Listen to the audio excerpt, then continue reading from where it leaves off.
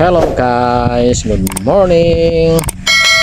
Kambing man ay kailangan ding paliguan. Lalo na ngayon, maganda na ang panahon. Halos 2 buwan din na hindi napaliguan si James. Yung dalawa tapos na, si Richard saka si Lebron. Kailangang paliguan para kung meron mang mga kuto, maalis. Saka syempre para medyo bumango din ng kaunti. Tapos para sumingaw ang katawan. Pagkatapos paliguan, ibilad. Ayan, babanlawan na.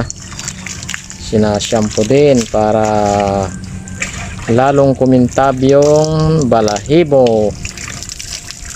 Ayan mga guys. Sana kung magustuhan nyo ang ating video ay mag-subscribe kayo para updated kayo lagi sa ating mga videos. Okay guys, thank you.